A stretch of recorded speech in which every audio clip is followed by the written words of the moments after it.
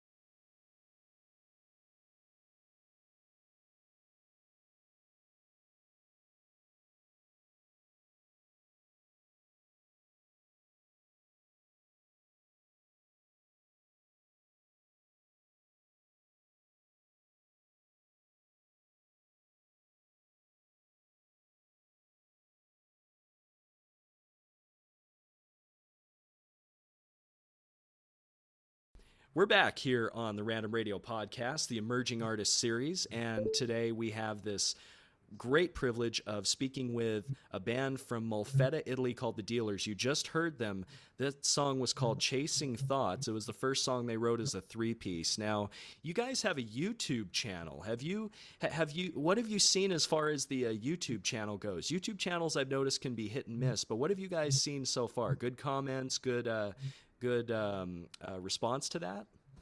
Yeah, absolutely. We have this. We decided to open this YouTube channel that is the Dealers Italy, just to keep in touch with people from all over the world because it's more simple to to share your music with people all over the world with YouTube. And yeah, it's great because we know that there are a lot of people listening to our music from countries that are really, really far from Italy, and this is really great. Yeah, absolutely. And so, do you have live videos up on that channel, or is it? Do you have some lyric videos? What do you have up there? There are live videos of our former gigs, and there are the three songs of our EP, and you can listen to the songs. And if you want, you can download it. You can download them, and there are an official video for the song "Stereo Stars."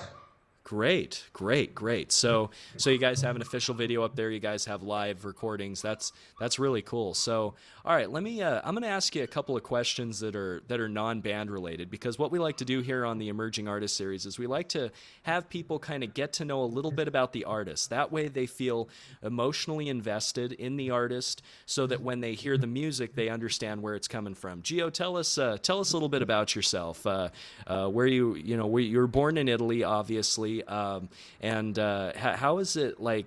Have you been to other countries? Have you traveled around? Have you stuck around pretty much in Italy, or what's your story? What's your backstory?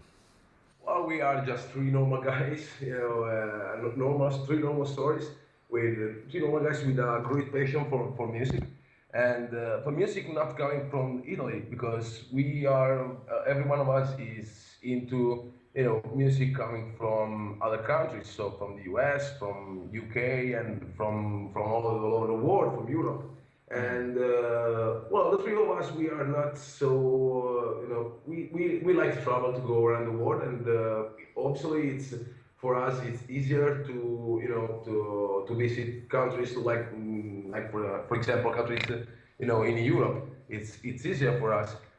But we have a lot of people a lot of friends in the US and all in Europe, and we just like to share our ideas and to merge our ideas and our culture with the cultures coming from other countries. And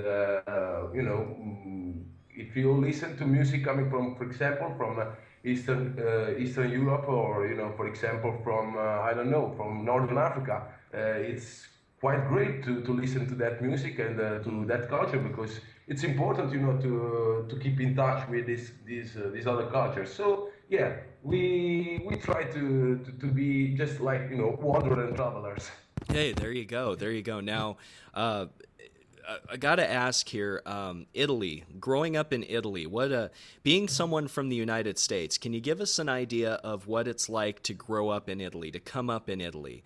Is there anything that would be different, obviously, from the United States or anything like that? But is it like, what are some benefits, other things from growing up from Italy? What's it like, man? Because most of the people who will be listening to this will be listening in the United States, and I'm sure they would like to know what's it like to come up in Italy.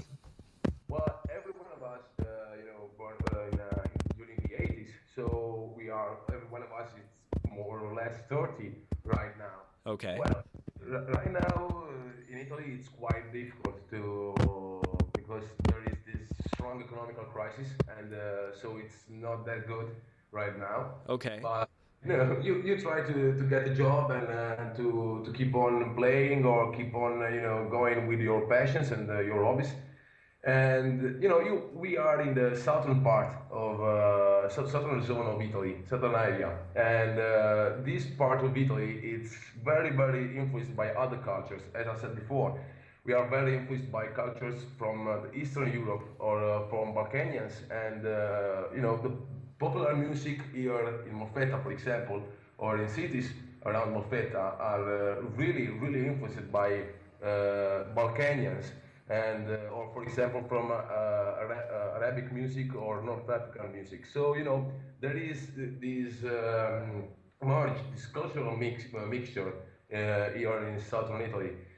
That's We got great. some great things like, for example, I don't know, environment and stuff like that, but Hmm. it's quite tough because there is not a great economical situation right now. Okay, so right now you guys are having like cultural strife, like violence and protests and things of that nature, similar to Greece, would you say? Only maybe not as bad. Not that much, not as bad, Yeah. but I think that we are not that far. Mm. We are just maybe more, peaceful, this is not a good thing in, Yeah. in this situation. But we are just trying to get used to this thing, and it's I think 10 years that this thing is going on, Mm. and you see people that it's going poorer and poorer, and this is really bad because there are a lot of the young people have no so much chances to to have a job, or to have a job that as that is related to what they studied during the years.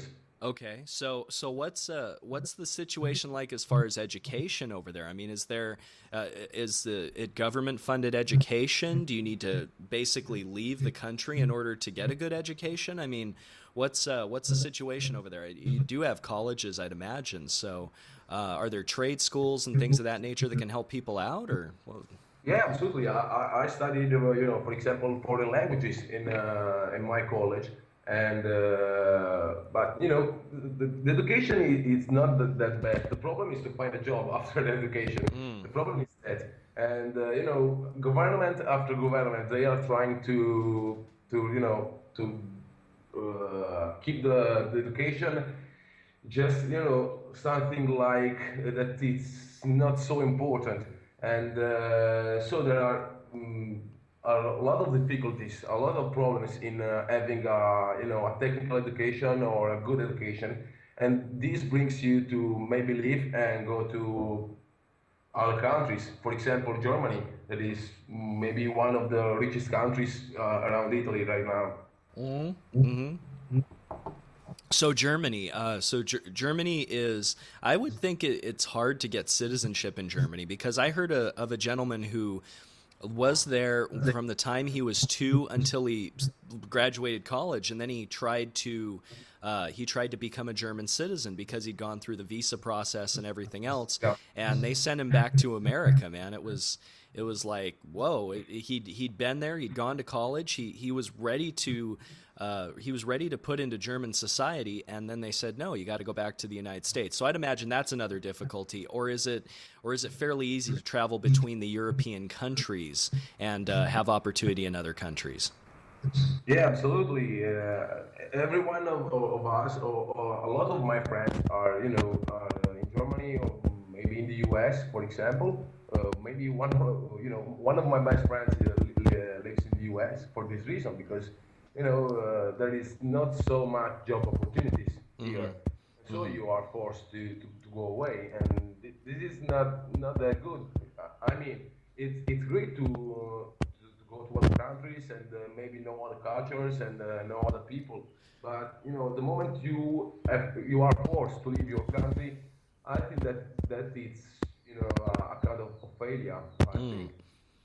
Yeah, I would say so because the one thing about America is it's the land of opportunity. You can go and do pretty much anything you want to as long as you're able to, afford it. I guess you could say. And in a lot of these countries, schooling is provided by the government. Is that true in Italy? Yeah, absolutely. The school and hospitals, for example, are provided by the government, Oh, and nice. so everything. We have a great welfare. The problem is not welfare. The problem is how it works.